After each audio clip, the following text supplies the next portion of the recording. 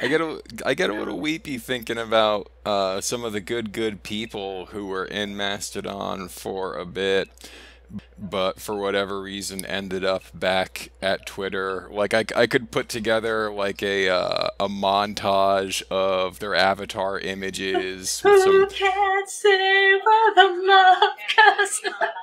Sorry, I just got you copyright flag. But hopefully I was off key enough. But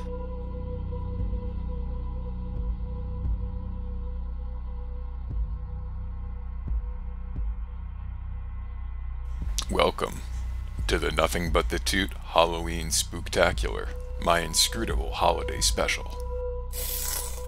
What's that scratching sound? It's me, scraping the bottom of the barrel for ideas on framing devices. Who's that knocking? It's two guests, who both admin on scary instances. Why did I record an overstuffed double episode with a Halloween theme? Because I'm full of bad ideas. The first interview is Skeleton of Cryptids Online. Skeleton the Skeleton is a skeleton. That much is made clear through the interview. Skeleton the admin is a big mushy softy that plainly has a lot of affection for the community that's come together on his instance. The second interview is Anna of Witches.live. Anna the Anna is a Reddit infamous Twitter banned spark plug and decorated veteran of internet drama. Anna the admin is someone working to apply those lessons learned toward maintaining a positive experience for users of her instance. Coincidentally, she is also a big mushy softy that has a lot of affection for the community that's come together. I still don't have the technology to transition into the interview, but you can fucking bet I've still got my air horn button. So let's drop the hammer on that baby, and then it's off to the races. I'll see you on the other side. Jack Dolores has landed. Hello, everybody. Skeleton, thank you for joining me here in the studio. How are you doing tonight? I'm doing as I always do and always will. This is off to a spectacular start. So, Skeleton, for people who do not know, you are the administrator of the instance cryptids.online. With each instance, the culture there is going to exist somewhere in a gradient between general interest to specialized content. And most common examples of that are probably instances that are centered around art or technology or sexuality or hobbies. What is it that sets cryptids apart from the other instances? Well, other than the raw and untapped sexuality, I would say what sets us apart is that we are attempting to reform exactly what is and is not a cryptid. So, not to say that what is traditionally thought of as a cryptid isn't valid or beloved by our instance and our members. We hope to do more. Was there a process of you deciding to create the cryptid community? Was the responsibility laid upon your bony shoulders, or how did you come to this position? So, my background, as I often toot about, is that I am a government employee. All day, working for the government, I have a lot of time to myself to think. I work in files in dark, damp areas, and I have a lot of time to wonder about what it would be like to join a community. And because I am not really allowed outside very often by my superiors on account of I am a walking skeleton, I decided to do that online. I have some friends from my college days that were also looking to leave their haunts online in some more corporate areas of the internet. And so we banded together and created cryptids.online, where, as our instance says, is a small private instance where cryptids can roam and play, seek but fear. Hearing that you work for the government raises an alarming question.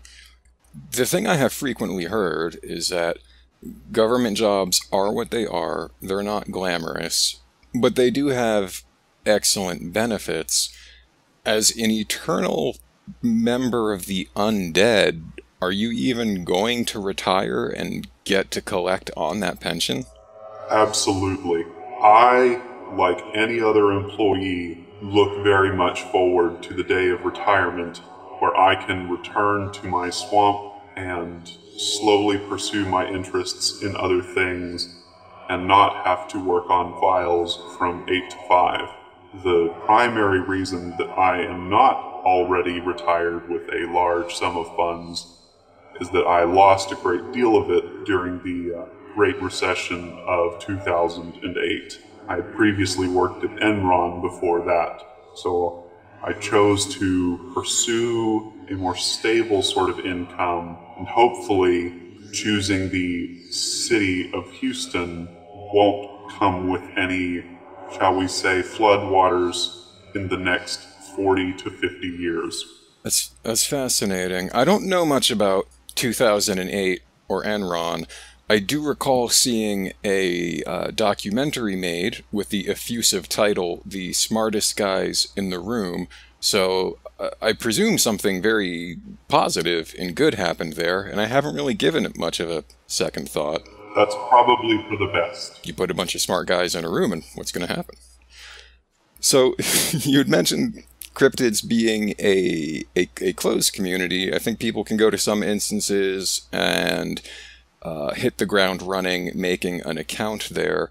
What is the process of someone joining your community? So, on our page, we have our registrations closed, and the announcement that comes with it says, seek out the administration, or perhaps the administration will seek you. What that implies is that either you can contact me, Social Skeleton, at protonmail.com, or on very rare occasions, I will recruit members of the Fediverse who I believe have potential for being an excellent member of our community, either through maining or an alt. There's a cryptid vetting process, so to speak. There is. As far as I understand, we are the only instance that has a formalized audition process where a prospective applicant approaches me. I ask for 3 things. I ask for their account vision, what they would intend to do or be, and some quote, and this has not changed since day 1, dank cryptid shit. And we wait and see what they submit, and I bring it to the Cryptid Council, which is made up of cryptids who are members of our Discord server, and I bring forward the applicant. Somebody makes a motion for approval, and I believe our current formula is 20% of voters who have participated in the Discord during the past 30 days. And so once you have that completed, then the applicant is either approved or not approved, and I extend to them an invitation. How discriminating is that process ultimately? Is it rigorous? Is there like a jeweler's loop that is brought up to the empty cavity where your eye would be as you examine the dank cryptid shit? We prefer consulting more occult items, daggers, patterns of blood, things like that. We also take into consideration whether the proposal has what we feel would either enhance or complement the vibe that we currently give out. We like having lots of different posters who pursue their own interests, but we also believe it's important that they contribute as part of the community and that they fit in with the original theme and mission of spreading fear and terror to anyone who visits our server. Also take advantage of this process. The discrimination or discriminating is true, but in the opposite sense. We do our very best to ensure that the cryptid accounts are culturally sensitive. Many cryptids are sourced from folk legends of groups who have faced genocide, oppression, at the very least, gross characterization in their modern Western media, and we try to be as sensitive to that as possible. And so that's usually one of our rulers. For example, we have one poster who acts as a reptilian, a Jewish reptilian. They themselves are a very traditional form of Jewish person and choose to, without putting words in their mouth, take back that stereotype of Jewish lizard people running the world, that sort of thing.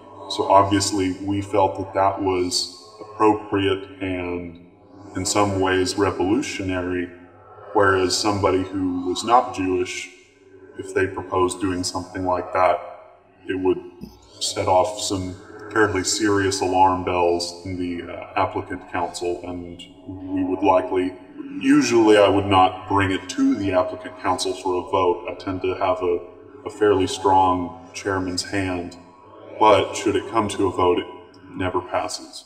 This is already very revealing and informative, because from the public-facing side, you know, someone like me interacts with cryptids, and there is something dark about it. There is occasionally something whimsical about it. There are these inscrutable characters there, and it's surprising, although maybe it shouldn't be surprising, that this much thought and consideration has gone into the elements and how these characters are presenting themselves. And I ask now, Skeleton, have you always been a skeleton, or were you a living human at one point? If you go back through my posts, I have been very clear on this. I am an ageless being, several centuries old. My skin rotted away in a swamp, and also my eyes are made of fire. And that's all I'm going to say on the subject. I have noticed that the rule set for almost every modern role-playing game asserts that skeletons are weak to blunt or bludgeoning damage. Is this a persistent negative stereotype that you encounter in your unlife, or is there any truth that there would be a damage multiplier if, I don't know, someone were to cudgel you with a mace or flail? Every little skeleton who grows up in a skeleton family eventually has to have a talk with their parents about the dangers of bludgeoning objects. We are sectioned off from the world. It's why you frequently don't see us. Obviously, if we were to comically walk into a pitchfork or rake of some kind and it were to come up and hit us very hard, that could be the end of it. So we do have to be very careful. While I wish that were just a negative stereotype, it is 100% true. On the other hand, skeletons do have natural aptitude in both sneaking and thieving. We can pick lockpicks with our bony fingers and phalanges. We also, due to the strong necromantic energies coursing through what was once our marrow, we can do some good mage shit. You know, you talk about stepping on a farming implement potentially being catastrophic for a skeleton. And I'm reminded of the recent online fundraiser to shitpost and raise awareness of it, Bad Takes to Stop Rakes, 2K19. Why don't you take me through the day of being an instance admin? You've mentioned how people come aboard the instance. What is the maintenance like on the day-to-day? What are the tasks that you have to keep one fiery eye on? So the frequent idea, at least from my perspective, when I started this instance, was that admins and moderators spend their days going through reports and blocking instances and essentially playing defense for their instance. In many cases, that's true, particularly for larger instances.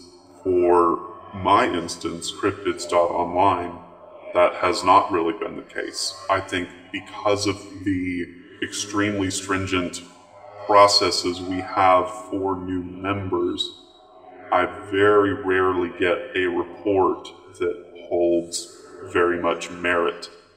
The closest report I recall having any kind of merit, or at least wasn't just purely a joke, was somebody reported my good friend and our democratically elected leader, Squid President, for posting too much shit posts about, I believe, Pepsi, and called it spam. And so I obviously ignored it. If you were to go through my reports, they're almost all like that. Or they are members of my instance reporting each other just to have another fun way of saying hello to me as the admin. On the flip side, I do try and work hard at staying on top of the dangerous instances that arise, agents of sunlight, I guess from my perspective, but bad instances where things like lolly or pornography of children, horrible things are permitted, and I have to stay on top of that, and that can be difficult for an admin of a small instance because I don't have a team of moderators. Very few of us cryptids are what I would consider to be very online trademark, so staying on top of that is a great challenge. Finally, I would say my first and foremost role as admin of a themed instance is to encourage that theme and poke and prod my members into being as creative as they can. So I'm often the first boost and the first reply guy to many posts on cryptids to encourage more posts. Taking a proactive participation in the culture of the local timeline is probably my favorite part about being the admin. You identify one of your posters, one of your cryptids, as having a particular flavor, a particular style. You see them broadcasting that out there, and in addition to your traditional admin duties of regulating instance blocks or dealing with reports, you also consider it in your portfolio of admin duties to advance that culture, to boost what they're doing, or if they have a premise, to straight man to it so that they can bounce more of that off of, you're saying. Yes, I will boost any selfie, any shitpost, anything I can get my hands on. Every day I am intimidated to my core by the creativity and sheer prowess of the members of cryptids. It is not anything close to what I imagined all those centuries ago in the government office when I decided to become part of the internet, but I'm glad it became what it was. The average Mastodon user is not going to step behind the scenes and an admin an active instance with a sizable user base. If you could quantify it, how much shit are you playing defense against? Like when you talk about blocking a toxic instance or defederating from folks out there who are doing distasteful or illegal content, is that part of the daily grind? Do you have to be ever vigilant on that? Or is there some channel where you get advance warning or information to be aware of something new on the horizon? I usually am not the first to encounter a dangerous instance or user because we just don't have a very wide view of the Fediverse. There are, I believe, 46 now users on cryptids.online. Usually what will happen is either one of my members will alert me about an instance or person, or I will see it from one of the several admins that I follow who are about in the same sphere of the Fediverse. For example, I rely on a former guest of yours, Lynn. I rely on Sophia from Glitter Kitten. I do check Hannah's herb bands. When I started Cryptids.online, I really admire, it's not talked about often, but the way that cyber.space is run is top notch. I believe it's the best run instance in the Fediverse. What are they doing that set them apart? They post transparency reports on the donations that they have down to the dollar, where everything is going. Everything above what they make usually goes back to some sort of FOSS system or non-profit. I believe it's been a while. They publish frequently all of their blocks and bans to make it easy for other instances to follow suit. When I started Cryptids.online, I shamelessly and gleefully stole their block list and used that as our starting ground. I have nothing but good things to say about cyber.space, and their theme is top-notch. When you go to fave a Toot instead of a star, it is a floppy disk, and that reminds me of better days. Oh, I may not be ageless, but I am old enough to remember installing games on DOS and staring at a prompt that's telling me to insert diskette 16 of 32. Yes, good times. I have come into many frustrating ends playing Zork as hard as I can, and I very rarely make it past, I would say 20 minutes in the dungeon. Well, as we know from looking at the calendar and being very relaxed with relative definitions of words, Halloween is right around the corner. Halloween, I will tell you, is every day, and that's not just a gimmick. For the cryptids, every day, all greetings always are Happy Halloween. We don't say good morning, we say Happy Halloween every day. Well, that's a fascinating nugget of cryptid culture that happens to dovetail perfectly with the fact that I ran out of a better idea for how to theme this episode. So if I ask you for spooktacular Halloween treats or tricks or ways to make the Fediverse experience a little more scary, do you have anything to offer up for folks? This is a selfish offer, but Cryptids.online stands at the ready for any users who want to indulge in practicing their writing or exploring an aesthetic. Sometimes we have users who are working on world building for a D&D group. Whatever, we can provide a timeline full of supportive, wonderful posters who can encourage and inspire you to reach what it is you want to write. So, in terms of spooky tricks and treats we can offer, what better treat than ourselves? And in the current cryptid community, do you feel like there are any deficits? Is there any type of unknown entity or monster or being that isn't currently represented that you think would be beneficial to the mix? I have never considered that before. You will notice that we have never had a Bigfoot or true Loch Ness monster, or Mothman. We've had Mothman stand accounts, but for whatever reason, applicants choose not to grab the third rail of cryptids and go for the blockbusters. I am not sure whether that's something that should continue or not, but that is a gap that I think is fairly obvious. Outside of that, we have one ghost, one something that may act kind of like a ghost. We don't have any demons in the traditional sense, if I recall.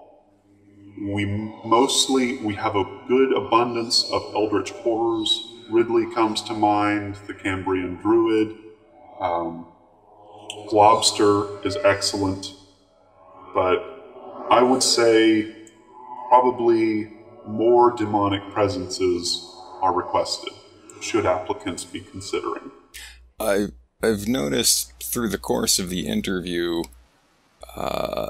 a single bony digit nonchalantly sliding across the table and toward the recording console. So I'm going to address the skeletal hand in the room here. Skeleton, would you like to press the button? I really, really want to press the button. May I, please, as an admin, as a delegate, as the first servant of state of Cryptids.online, press that button. As a historic first, for the first time that a cryptid pressed the button, I just want to impress upon you that it's very expensive. Every time I have to get it serviced, they need to bring in a $40,000 tank of air that comes from Norwegian goose honks. It's the only kind of air that works with the compressor, but I'm a gracious host. You are a fantastic guest. By all means, press the button. Here I go. 3, 2, 1.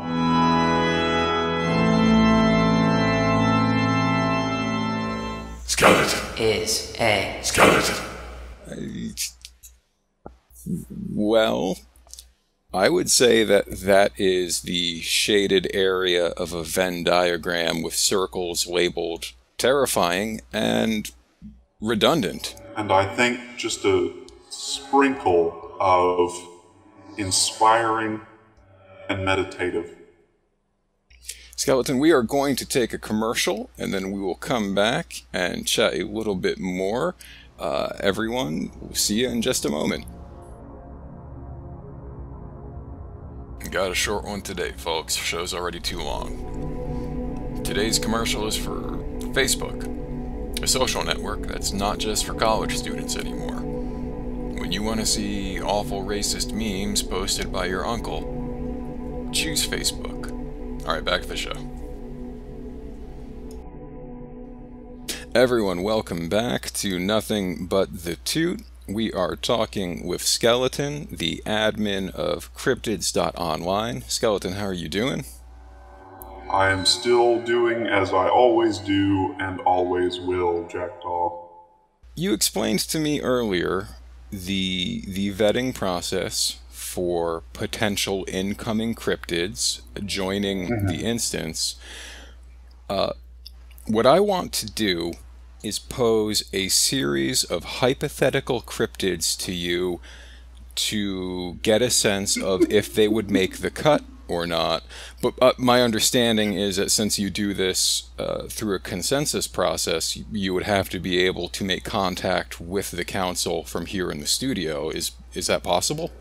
Yes. So one of our users, Goat, maintains an alt with us that is Goat's haunted server, for better or worse. And Goat is in charge of making all of the bots and APIs for our Discord server. So let me just show you what Goat designed. Oh, feel free. So what I do is I take off my skeleton arm and I place it on the table. Okay. The skeleton arm, when I speak to it through the bot designed by Goat, will either give a thumbs up or a thumbs down after the appropriate voting time allotted to the cryptids. When I ask it, of course, it automatically ats everyone in the Discord, and they all love that and immediately hop in to vote and drop it, whatever it is that they are doing. If there's anything I know about Discord servers everywhere, it's that folks universally love a bunch of @everyone messages. Yes, usually if it has something to do with a live interview that has very little to do with them. Skeleton, I'm glad that the technology exists. The possibility is here. Thank you, Goat. Goat, thank you for facilitating this. I'm going to propose the following hypothetical cryptids, and then as the arm gives a thumbs up or thumbs down, please just give the results for the listener. Yes. And if there's any contextual information, if there's any reason why something just squeaked through or something didn't make the cut, feel free to let us know. I can interpret the twitches of the additional phalanges. All right, Skeleton, so here we go. Ol Wispy, a man made of smoke, developed by Philip Morris cigarette scientists. It is a tentative yes, but the council issues a warning that Old Man Wispy needs to stay in his lane regarding boomer issues. Boomers, the third rail of discourse right now. It's a very wise judgment by the council. Next one. Rock lobster, a crustacean rumored to appear only when everyone has matching towels. Wow. I have not seen this hard of a no in a very long time. I'm going to double down on my comment. That's very wise of the council. Judging by the written minutes of this, again, I'm reading the notches and twitches in the bone here, it looks like the Cambrian Druid and Squid President started a coalition to end the vote and bring closure because they didn't want, quote, another sea-themed account. They don't want another sea-themed account. Alright, look, I'm taking Soctopus off the list right now. I think that's best. Squid President has a long and storied hatred of all things octopi and really anything to do with the number 8 in the footsteps of our great friends over in Discworld. Well, alright, let me ask you a question with this next one I propose that isn't sea-themed, but river-themed. The hippopotamus, a semi-aquatic bottom found by the banks of rivers. Ah, so this will be a yes, but the council is asking whether this intends to be a lewd alt or a main account in its own right. Ooh, to learn a bit more about the process, we will say that the hippopotamus is a lewd alt. What does the council respond to that with? The council responds that as long as lewd content is properly content warning and the owner of the account continues to participate in the community, perhaps out of character outside, then that is permitted and encouraged. Understood. We look forward to engaging with the hippopotamus. Now, Skeleton, what about the Allegheny Mountain Flan, a delicious custard that mysteriously lives in the Poconos and not the Allegheny Mountains? That's going to be a yes. The council offers no additional comments, except I see a lot of in Discord Wikipedia queries for those locations. But it's a yes.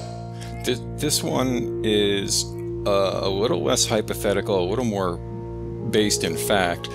A gentleman I call the Bakersfield Devil, a Hesher in his early 50s that has somehow been in the crowd of every single metal show I've gone to for the last 2 decades. That will be a yes on the contingency that this person elaborate a little bit on the more mystical side of their powers. If they can perhaps not explain, but allude to these powers of being able to be at every single concert that Jackdaw Ruiz has also been to, we would welcome some creative input on that. So they need to flesh out that application a bit and explain why they are always at every single Red Fang show, they're at every Deaf Heaven show, they were at the Melvins in 2000. The bone's moving. The council wishes to extend an invitation to the Red Fangs on their own merit. They are apparently, just by virtue of the name of the band, they are invited to Cryptids.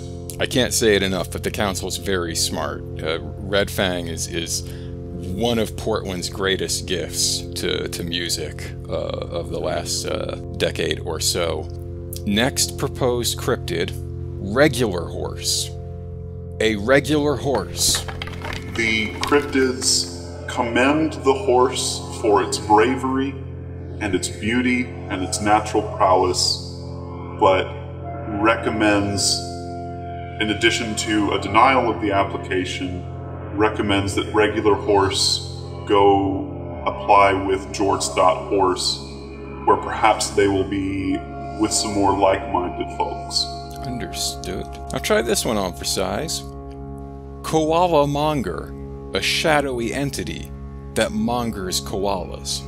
So the cryptids are deliberating, and there's one cryptid, the Muppet Butler, who has a lot of questions about this koala monger. Both the Muppet Butler and another account of ours, Dolly Drop Bear, have more questions of this koala monger than I believe can truly be allotted in the time that we have given ourselves. Fair enough. I will jump to the conclusion here. Grandma's lasagna, a dish served at every holiday gathering, despite no one really being enthusiastic about it because it's mediocre. The cryptids recommend that the lasagna attempt to get an invite code from the now invite-only Mastodon.social instance. Skeleton, this is a small studio. I ask that you not fire shots in here. Someone's gonna get hit in the ricochet. Well, as you know, I am Texan, and so I am packing dat heat. I don't know how you Portlanders do it without staying strapped in these streets all the time, but I will do my best not to let loose a flurry of shots while yelling and hollering. Skeleton, thank you for indulging me in this exercise to learn a bit more about the application process. Please extend my thanks to the rest of the council for similarly being available for this. Before we wrap up, is there anything that you want to say to folks out there in the Fediverse? To anybody who's listening, just because our registrations are closed through the website does not mean that we don't welcome applications with enthusiasm and open arms. We love new applicants, and we love encouraging anybody who's got an idea. Skeleton, thank you for making time to come out here and chat with me in the studio. I wish fantastic luck to your instance. I wish you luck with all your duties adminning, and everyone, we will see you around.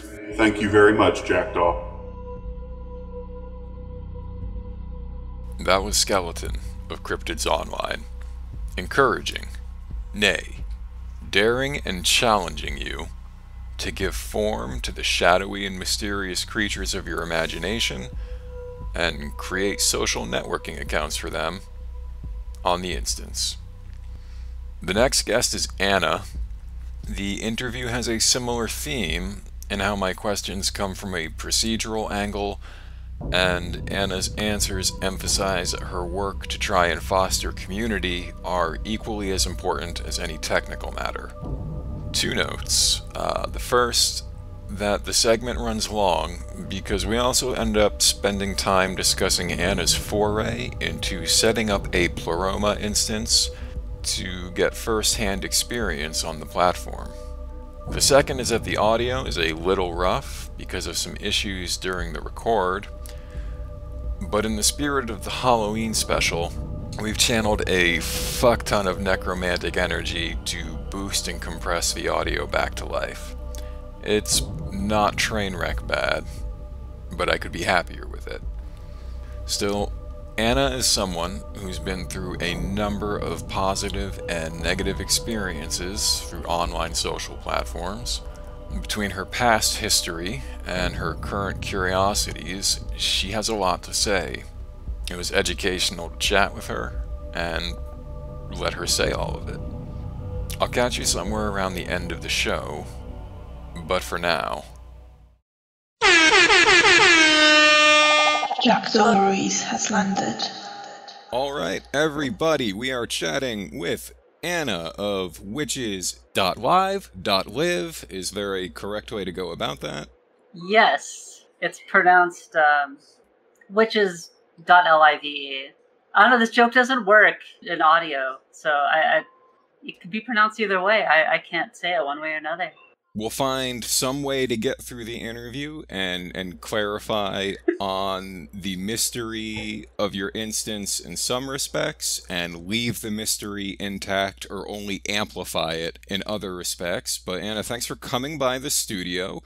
You are the admin of the instance, and I believe as of today just hit, is it 1,000 accounts?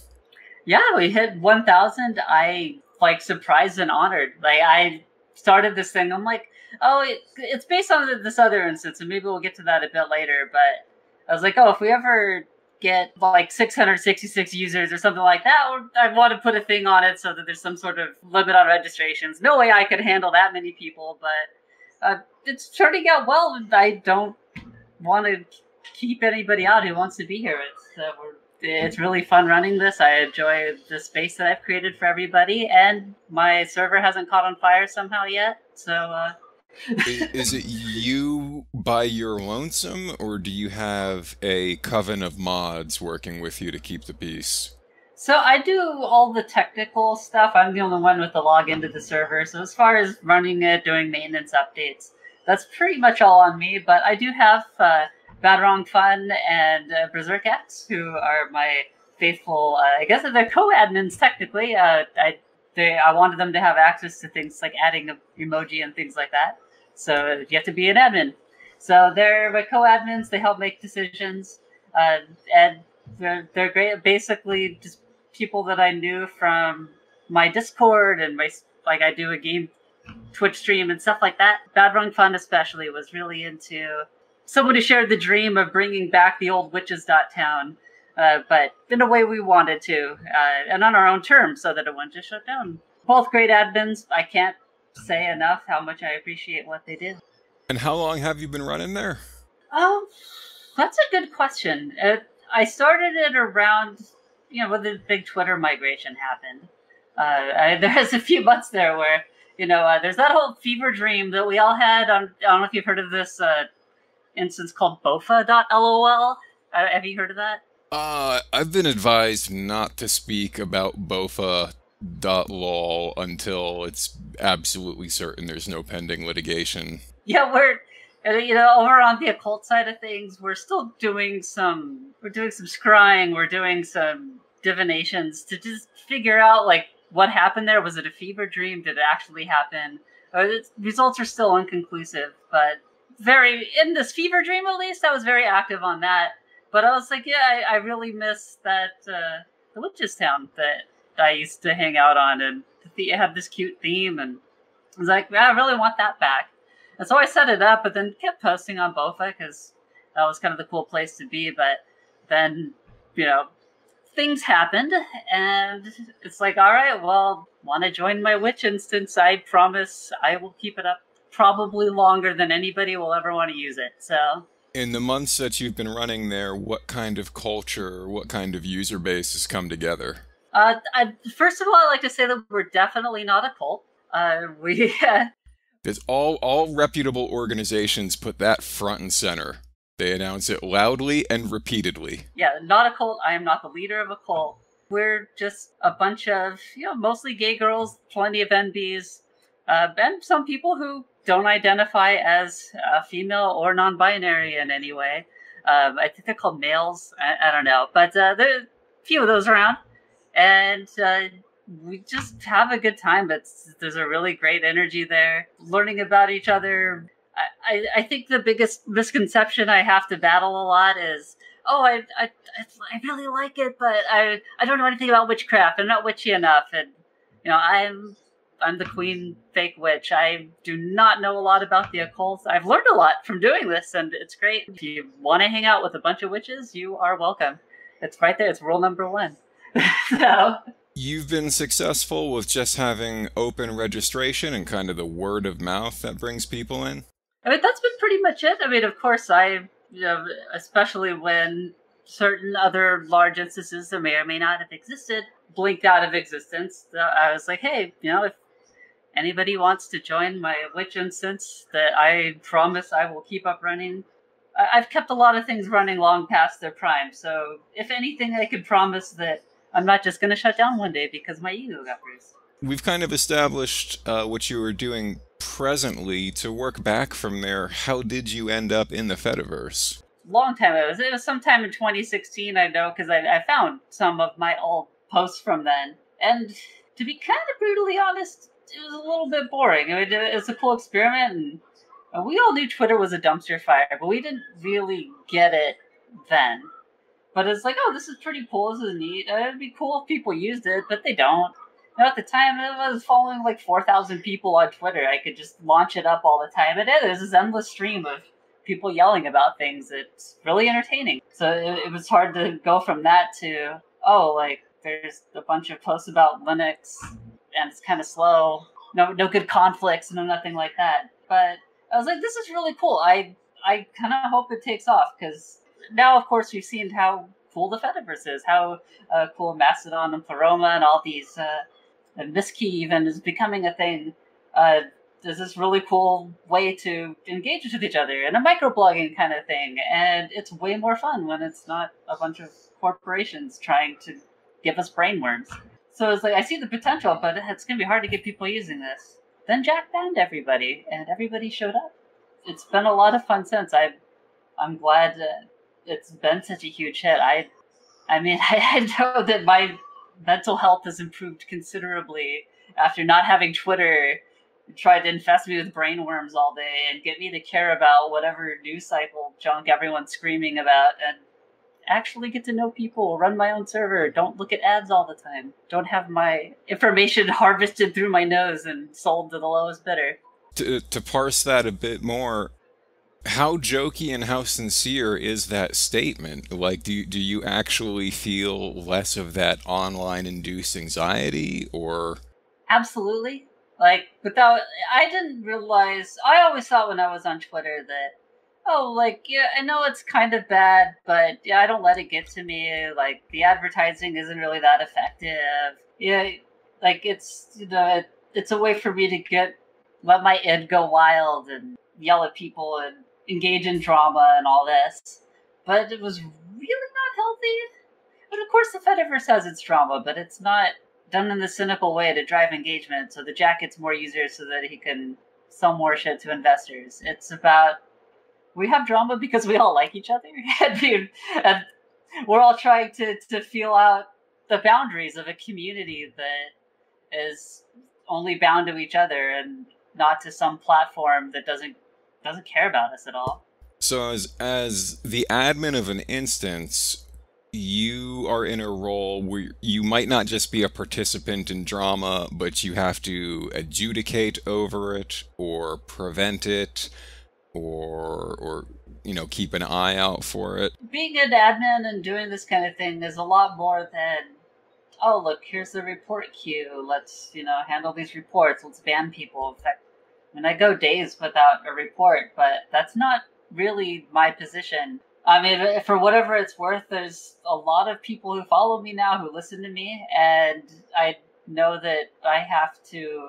I'm known as being a little bit fiery. I can be kind of... I like to call myself a mother bear, if that's a good one. So some people wouldn't be so charitable, and I totally understand that, because I quite enjoy confrontation. I'm not going... I can't pretend otherwise. But I do that in service of my friends, my community, my family, people that I love. And that's a genuine thing that I feel here, is that I'm making genuine connections with people, and we're building something. And that's what it's about, is figuring out how to navigate situations, how to help people feel good about themselves, how to help people feel comfortable posting. There's a lot of anxiety, like, oh, I don't know the social mores here. This is a new thing. I'm gonna, people are gonna be mad at me because I mess up something I don't understand. And there's a lot of work that I do that I pay attention to, and trying to make sure that the tone is right, that people feel welcome, that people feel like they're loved. That's what it's about here. It's about building a community, building real relationships with each other. And, we're not hitting numbers. We're not trying to be big brands. So when you get reports coming in your queue, are they usually valid? Is there usually something there to pull the thread on, or not so much? Yeah, so like I said, the reports aren't the focus of things. I mean, right now there's a couple sitting open because it's a situation that isn't. And so it's like, we just kind of need to keep an eye on the situation, figure out how we need to intervene. Because that's the thing about actually building a community, is you're not this... It isn't like Twitter, where they banned my account and I can't get it back, and I keep appealing, and they just keep giving me the same scripted response over and over again. That's how Twitter works, right? And Mastodon's not like that at all. We're actually members of the community, and when there's issues, when people have problems with each other that can't be solved by just blocking or muting each other or something like that, we have to actually get in and talk with people and work it out. For the most part, and everybody gets along. There's a lot of drama happening, and of course I'm talking with people about it a lot, because who isn't a messy bitch that loves drama? Right. Being a messy bee that loves drama isn't so much a binary as more of like a Kinsey scale kind of thing. It's just where you fall, not if you are or aren't. Exactly, yeah. It's been a great experience for me, because, as I've kind of hinted at so far, I've been experimenting with building online communities in one way or another for quite some time now. And some people, I've had a few people, especially this week, be like, "Oh wait, you're Robot Anna," and yeah, I'm the Robot Anna who Reddit really hated for a while, because I was made bot of RLGBT, and I banned people for saying transphobic and homophobic things, and this is the worst affront to free speech that's ever happened. And so, this is what I was saying earlier, where there's these platforms who just are completely hostile to you and your family. Like, LGBT people are my family, and do you hear, like, Reddit has this huge forum that has issues banning people from it when it's the biggest English-speaking LGBT forum in existence, and everyone's upset because you're banning people from it for being homophobic and transphobic. It's like, this is the kind of brainworms that corporate social media instills in people. And we all know Reddit's terrible, but it really is that bad. Anyone who's done something to infuriate a sizable portion of Reddit should be tossing that on the resume. On the trajectory from you having that experience to Reddit, to you having a thriving Mastodon instance today, what are the takeaways, or what are the lessons you've learned about what makes an online community good and healthy? So we all remember the internet from. I'm a little older. I'm the 30-year-old boomer. I love sugar-free Monster. So I remember back before Facebook existed, back before all these corporate social experiences existed. We ran our own forums. I mean, there was big ones like, of course, Something Awful, and even like 4chan wasn't. I mean, obviously, there's a lot of baggage around that, but it's a very different vibe and than the kind of things that exist with these, Facebook and Twitter and Instagram and all this stuff. It's all this. Everything's driven by engagement. It's this free service that's given out so that they can harvest people's data and give it to people. And I've run various things. Like one of the first internet communities I ran that was successful was an IRC channel, mostly for some friends. It was for a few years. It was a great way to connect with each other. But then it kind of fell to some of the more corporate systems that exist.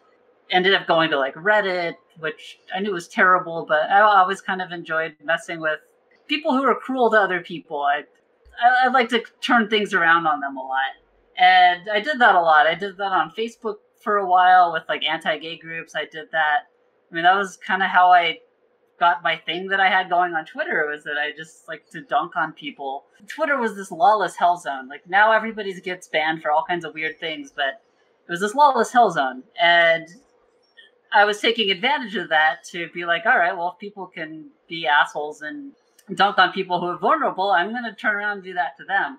And that's kind of what that was built on. But it was a very unhealthy dynamic. And and then when Mastodon came along and people started using it, it became, wait a minute, we don't have to interact like this anymore. We can control our own experience again. And I learned anew how powerful that is and what that means. I guess, what are the benchmarks or what are the metrics of any online community where you would say, like, yes, this is functioning correctly, this is good, this is a good place to be?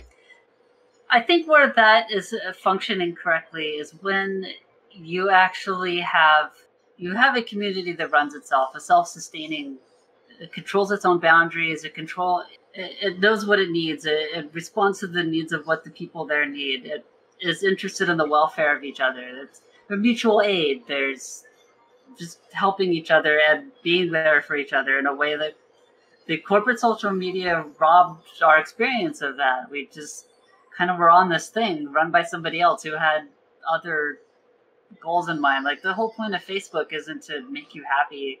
It isn't to make you more well-fulfilled. It isn't to strengthen your friendships. It's to sell you ads. It's to get your data and sell it to other bidders. And that's the fundamental disconnect why it will never be as good as something like Mastodon or Pleroma or even. You need people involved. The people running the community and setting the boundaries need to be involved. And I think that's the big takeaway.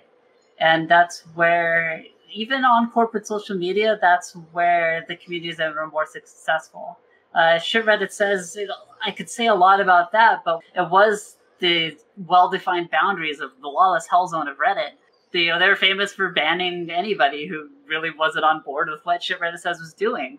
That was really good for creating a community that had a strong identity, and I still have friends today that I made from that whole experience because we were able to, in this zone, fence this out, to have our boundaries, to decide what made us safe. Mastodon is a return to that. Mastodon, the Fediverse in general, even, because we now have full control of that. And even and returning to control of that and letting communities set their own boundaries, that's what makes communities strong. That's what builds friendships. That's what helps people mentor each other. I think one of the coolest things about us, the people I've met on Mastodon and became great friends with, is that we all help each other out. We all help each other with our life experiences and talk about where we've been. We all learn from each other, and it's wonderful. I love it. If the distillation I'm getting of that is correct, these other platforms like Facebook or like Reddit have an issue where the real goal is not fostering a good community, the real goal is something ulterior, like you talk about the harvesting of data, the showing of advertisements. When that drops away, when you don't have these ulterior reasons for gathering all the people together, then Exactly. actually Yes. having a functioning community becomes the reason. And people can and definitely do ascribe all kinds of weird ulterior motives to me, and I don't really blame them. Some people don't like my personality, and I get that. I can be pretty brash, to say the least. I'm glad that for those people, they can still find a place on the Fediverse where they feel happy, where they find people they can trust. And one of the greatest things to come out of this is that we can, we set our own boundaries. There aren't really too many randos walking in all the time and stomping all over our social mores because they're driven by some sort of wacky engagement algorithm to just come out of nowhere and be weird.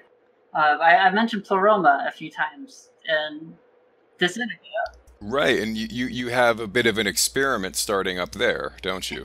Exactly, yeah. So I set up a new Pleroma instance. It's if anybody wants to check it out, it's at Bophades, BOPHADES .witches.live.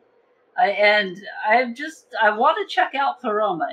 There's a lot of bad rap that it gets around the Fediverse, and I've even said some things that I kind of regret. I really regret now, actually, because they were said out of anger, out of misunderstanding.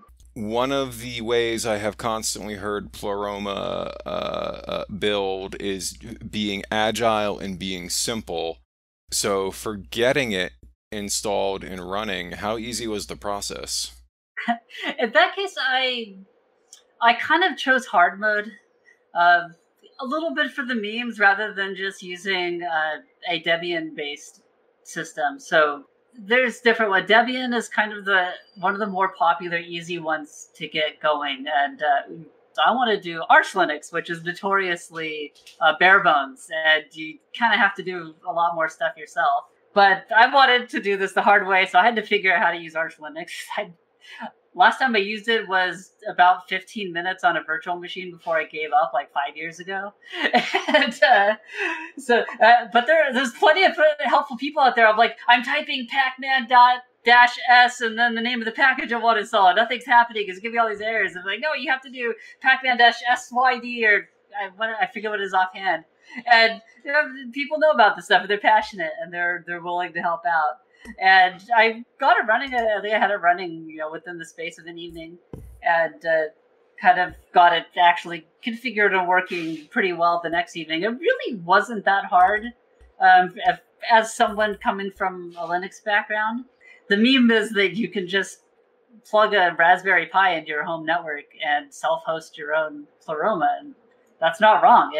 It's so lightweight that it can actually do that. That's kind of one of the shots that are fired all the time. Is like, oh, Mastodon. You talk about Mastodon being accessible, but you have to get this expensive server to run it and do all this wacky stuff.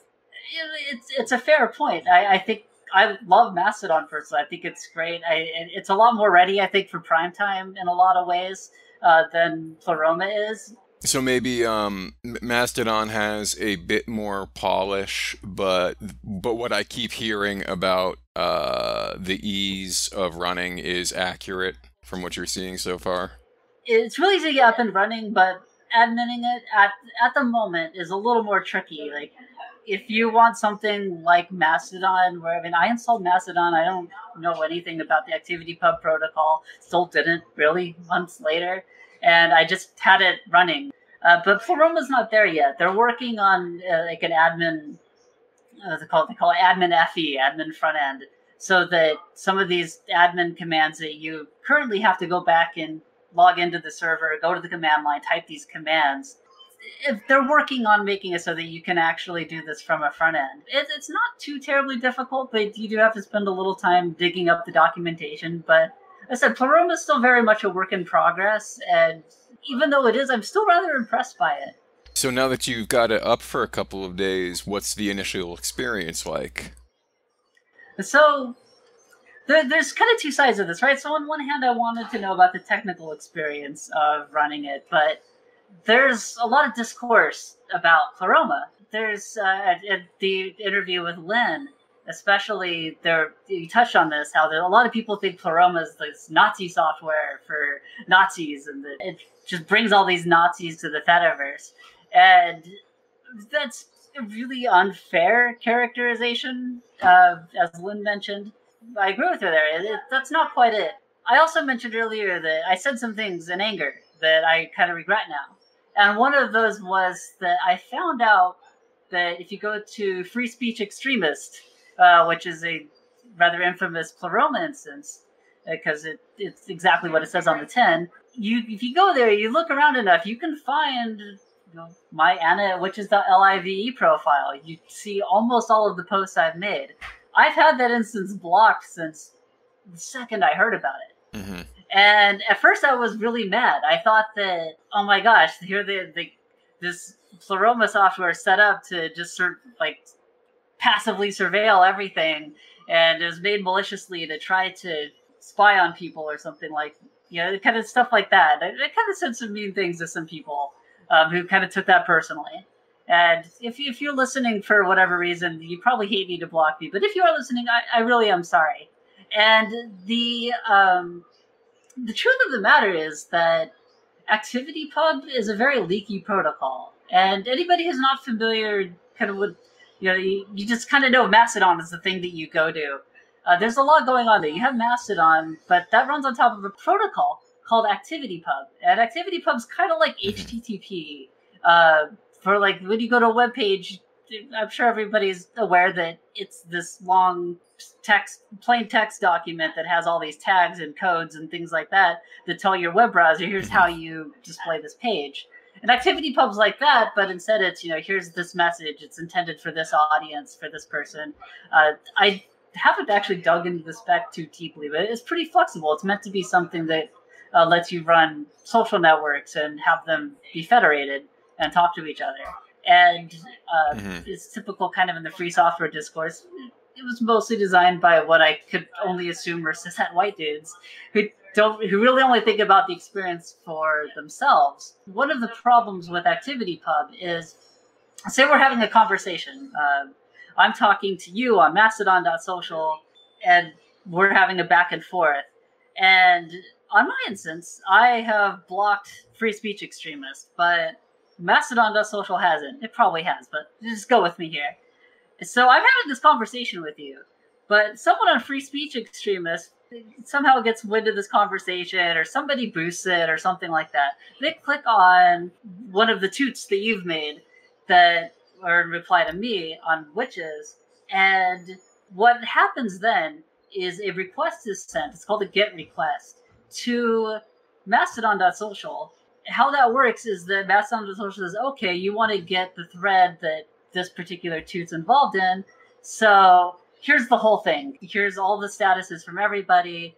Here's the user IDs, the conversation, everything that's public or publicly visible in some way. That's all sent straight over to, in this case, Free Speech Extremist. And this isn't exclusive to Pleroma. There's Mastodon instances that are like this. And that's a fundamental flaw with how ActivityPub works. It is a difficult conversation that a lot of people are having, is where do we try to fix some of these plugs, and where do we have to tell people you can't really expect privacy on this platform? There's no encryption. Pretty much anybody can get at anything. Blocks are a thing, but everybody knows you could right-click on the timestamp, open a new private window, and see it logged out from any instance. So nothing's really private. Nothing's encrypted, certainly. That does seem to be like a perpetual exchange about what people's expectations are for blocking, for privacy, and having something reasonable and as safe as possible, and striking the balance between that and not having an unrealistic idea of privacy and safety. Because if that can't perfectly be achieved, then there's a risk in thinking that you have it. So I'm kind of in the weird position that I wanted to set this up in part to talk with the parts of the Fediverse that are blocked on the main witches instance. And there's various reasons I want to do that, but there's still some things that I want to block, and so I don't want to, even on this, I don't want to see that. There's reasons I still want to be able to talk to them or see what they're talking about, so I don't want to block them, but I can say, just don't show me media from this instance ever. Yeah, I have this window open to my Pleroma server right now, and there's, I have thing I've set up so far. So for a couple of instances that are known to just have images you never want to see, I removed the media from it. So you can still talk to them, but media is just not going to come through. On Mastodon, you can either do a media silence and just not allow that to go through at all, or you can outright block them. In my example, I used a Switter.ad. Now, Switter.ad's a great instance, and I think people they tag their stuff. They're a good Fediverse citizen. If anybody's not familiar with it, it's kind of like a sex worker instance that has a lot of this are the people who are advertising sex services and things like that. There's probably, as many of you are probably aware, there's been a lot of legal issues with that and weird crackdowns that really more hurt sex workers than anything else. So I kind of want to use them as an example, but they're not. I want to make clear they're not bad people, but just in case somebody's posting their ad or something and they don't tag it, I don't want to be at work looking at my Pleroma instance and just suddenly there's this untagged pornography. So in Pleroma I could say mark everything coming from them as NSFW. Mastodon can't do that. So basically you could say reject. That's basically a hard instance block, like go away, I don't want to talk to you. And you can also, if anything does show up and come up in your purview, you could remove them from the federated timeline. There's a lot more flexibility there. One kind of mean thing I have said about Pleroma instances is that it's like, okay, it was mean, but it's not really untrue, is that half the time if you're having issues with one and you go check it out, somebody's boosting the N-word from some anime avatar edgelord, and nobody wants to see that stuff on my instance. If I was running Pleroma, from what I understand, I could go put in a list of hard slurs that nobody wants to see, and it'll just automatically do whatever with them. It could drop those messages, it could compile a report for me, like, hey, maybe you automated report or something like that. Be like, hey, like, you really want this person around? So there's a lot more flexibility there, and what I really, really admire about Pleroma and the ethos of the people working on it, it's a very much a running it yourself, being in complete control of the experience. And I know it has kind of a reputation as being for these, free speech extremist types, but there's a lot of people running Pleroma kind of for themselves or for the group of friends you don't hear about because, they're just doing their thing and posting good. You're sitting here in your Mastodon client, you don't know what they're running. The Pleroma community is very much into helping each other out and kind of giving you the tools to figure this stuff out. And it's not always accessible for everybody. And I think that's a really cool ethos. I think it's really good praxis, honestly. I know a lot of anarchists don't like me because that's not quite my tendency of leftism, but I really admire a lot of anarchism and anarchism practice, and I think Pleroma is a great example of that. By the way, if anybody is a Mastodon admin or wants to be one and wants to get some help with that, I do have a Discord server that's really helpful, so just let me know if you want an invite. I understand people are maybe skeptical about the admin of free speech extremists making more copies of itself out there, but if you can step back from the discourse for a minute and realize that's a really cool ethos. It's a really cool way of doing things. There's one many people are familiar with Kanini, who's Kanini. I'm not sure how you say that, but they're... I'm not certain either, but I think if we can get it wrong and folks will know who we mean, and there's no malice behind it. Kanini. Like, I'm assuming it's Japanese, because like most other people involved in Pleroma, there's anime avatars involved. So Kanini, I guess. And they're one of the developers of Pleroma, and they're working on stuff, and they're kind of known, I think what the nickname that's been kicked around is Spicy Rabbit, because they're not really shy about how they feel about Mastodon kind of sucking the air out of the room and a lot of the technical discussions of how to interoperate with the Fediverse. And like a lot of people, they can be kind of cranky, I guess is one way to put it, but it's not entirely undeserved. Like, there's been a lot of discourse about Eugen being sort of a BDFL, a benevolent dictator for life. And that's kind of the thing with Mastodon development. Eugen calls the shots, and he's a great guy. Of course, I love the interview he had on here, and I love what he's made. And there is an argument to be made for the experience that Mastodon provides. But also, like Lynn said in the previous interview, it's a very different process. You have several main developers. Things are discussed in IRC channels and on things more democratically. And Kanini is very outspoken about some of the issues they encounter and how they come across it. And they're very different structures, so there's not the same analog. But Kanini is the sort of Eugen-ish figure of the Pleromaverse.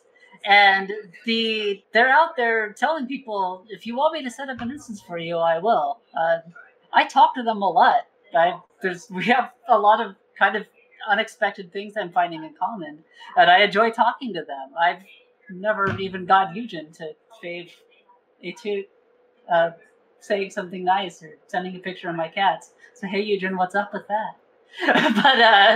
but yeah, there's a lot more openness and there's a lot more discussion out there about how to do this, and there's a lot more of a kind of mutual aid thing going. Like I mentioned, it's really good anarchist praxis, and it's very much about getting everybody to be in control of their experience, even down to actually running the server. So the way that leftist Mastodon, the way that it functions right now, is it something that is informative for people to arrive and kind of learn about the issues and get exposed to some ideas? Or is it exclusionary in that anyone coming in is going to be exposed to some kind of initial purity test or have to meet some kind of threshold to participate? Yeah, I think that's a hard perception to overcome. Like I mentioned earlier on, that kind of one of the issues I have to battle with getting people even to feel comfortable signing up for my instance is that, like, yeah, we have a theme. It's witches, and it's kind of the occult, and it's a goth instance. Or I'm wearing this bright yellow Pikachu shirt right now. I'm not a super goth. It's kind of an aspirational thing for me. Like even after I set up my own instance, like one of the reasons why I just kept going on the fever dream that is Bofa, according to legend, is that it's like it's a place where you could just shitpost relentlessly and have a good time. And it took a bit for me to be okay with running this witchy goth instance and shitposting myself. But how do I get other people okay with that? And early on, I had to kind of really convince some people, like, no, you don't have to post about tarot cards and Ouija boards and rituals and all this sort of thing. You come in and just post about whatever, post about your life, post whatever you think is funny, post how you feel. We have a theme, but it's just a theme. Like, you don't have to stick to it 24/7. And part of being a witch and being, I kind of consider a witch someone who is a seeker of forbidden knowledge, who's somebody who, to me, a witch is somebody who doesn't follow the status quo. There's somebody who has rejected it, lives their life in a way to they're not into patriarchy. They're not into the way things are. The original witches, weren't doing like weird magic stuff and hexing people and turning them into frogs. They were women who didn't want to be married to some guy and live this domestic life for whatever that meant and whatever era they're in. And I love that because that's a really good glimpse into what a witch actually is. A lot of people think it's knowing all these things or arcane rituals or such. It's women especially, but non-binary, even males, people who... They're pursuing something outside the norm, outside the status quo. Exactly. It's a study of, that's why the occult is a big part of it, is it's seeking things outside of, say, like the Bible or something like that. That's, where can we find other sources of magic and ritual and inspiration? And despite running this witch instance, I'm not a big believer in the supernatural, but I am a big believer in the power of ritual. Even if there's not a supernatural element to it. There's a lot to be done with focusing your energy, focusing on what you're trying to accomplish, focusing on how to strengthen your bonds with others. And rituals can help us do that. But the most important thing to me about being a witch is that you're looking for something different. You're looking for something outside the mainstream. You're looking for some place to fit in that caters to you, that caters to what you believe and the bonds that you want to form. Like, I'm not a pagan either. I'm not a Wiccan. It's about an attitude. It's about what you bring and the energy you bring. And that's who I want there. People of any persuasion, of any aesthetic, who really want to explore these new ways of interacting with each other and building something better and discovering themselves and their friends and their community through ritual and shared experiences. You know, I want to thank you for making time to chat with me. We are going to take a break, but while we're doing that, please keep your mind tuned to the themes of ritual, to witchery and mysticism. And when we get back into it, I will have some questions to put to you.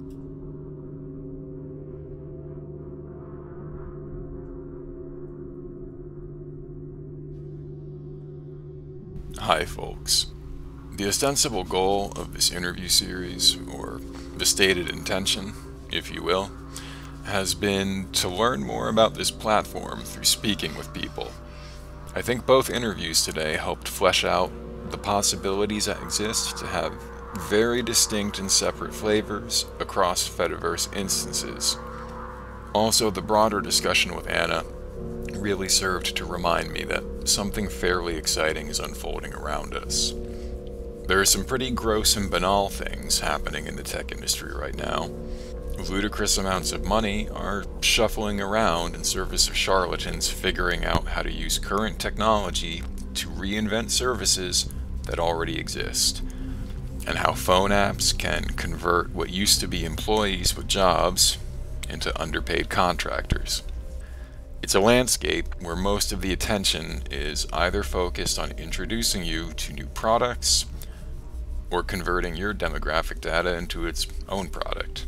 But when we talk about people like Eugen or Kanini or their contemporaries, giant nerds to be certain, we're discussing people who are applying their talents toward improving how technology can let us organize and communicate. And I think what they're doing is genuinely exciting. So, to quote Marge Simpson, I just think they're neat. We'll get back in to wrap up my discussion with Anna. As always, thank you for listening.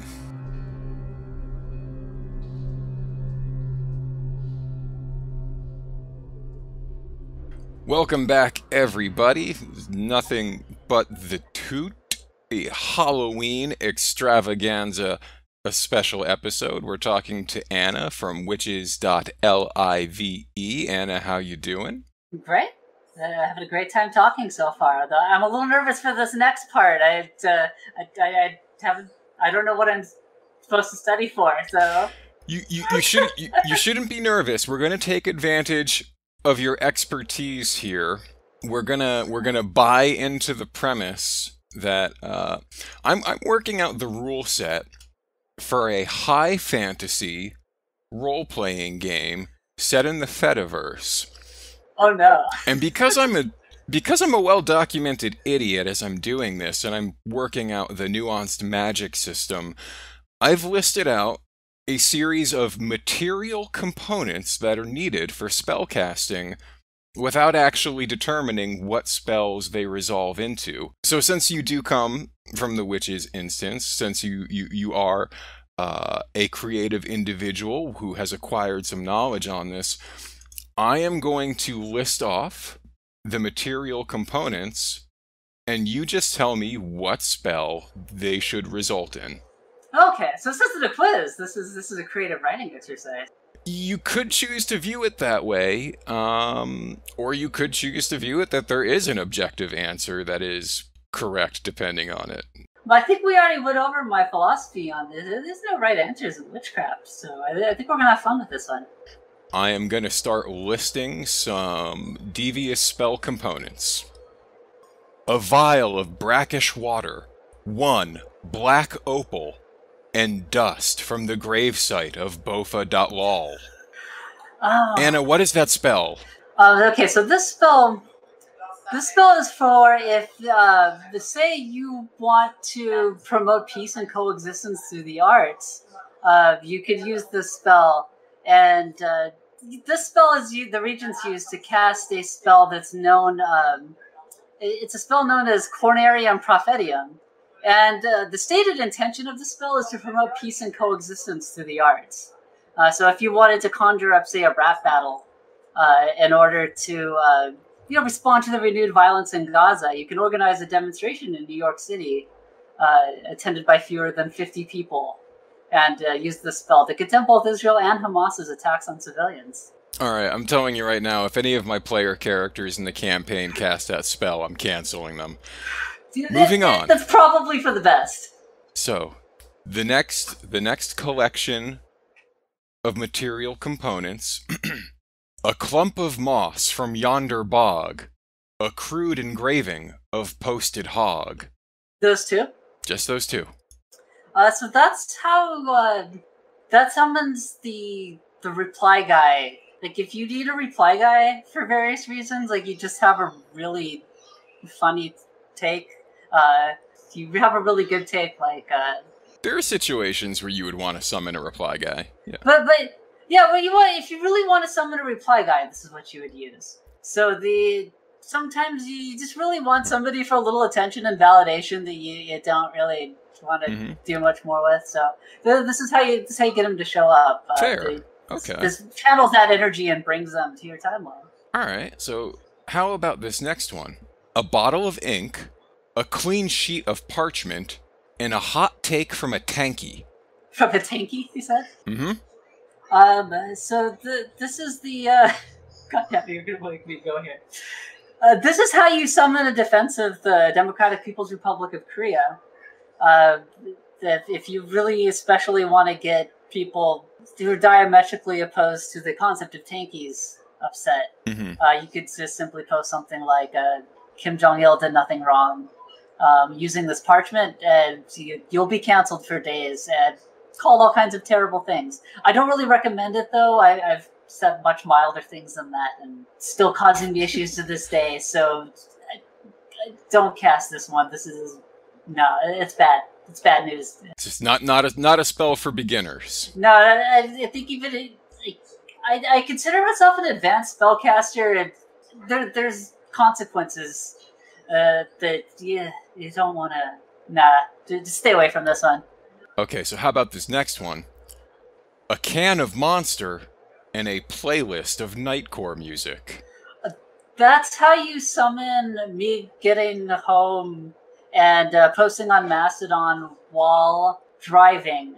So that's like conjure energy for commute? Yeah, so I need the monster energy to keep my focus and not hit anything while using voice to text, like the boomer that I am, and just let the shitpost fly while I'm flying down the freeway at 90 miles an hour. Next spell components. A little bit of Monica in my life. A little bit of Erica by my side. This is the spell of terrible boomer repressed memories of high school. That's what this is a spell of. So if you really want to conjure a powerful shitpost to annoy the olds like me of Macedon, this is where you can start. You can do a little bit of Monica. You can do Come My Lady. There's a few that can really just bring back the true horror of being a teenager in the 1990s. Okay.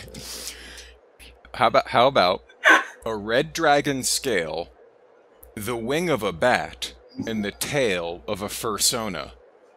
Sorry, so red dragon scale, wing of the bat, and the tail of a fursona. You're summoning like a bat furry, which I'd like to be more of. I love bats and I love furries. I'm not a furry, but I think furries are lovely people, and I have a lot of furry friends. So yeah, if there's any bat furries out there, especially if you don't follow me, hit me up. Yeah, I've never encountered one. I love bats. I had a bit of a goth instance. Of course, I love bats. I love spiders. I've seen some like people who are into spiders and like kind of identify as a spider in some capacity, but no, never bats. Which is weird. People love bats. Bats, they're so cute. I mean, you've seen like you brush them with like the pictures. You brush the bat with like the toothbrush. It's just the most adorable thing you'll ever see in your life. I've seen those pictures, and I'm not quite sure if that's for a hygienic or therapeutic purpose, or if it's just for the amusement of brushing a bat with a toothbrush. But I'm glad that they're out there. I don't know. I think it's kind of like I mean, they seem like they're kind of delicate creatures. Oh yeah.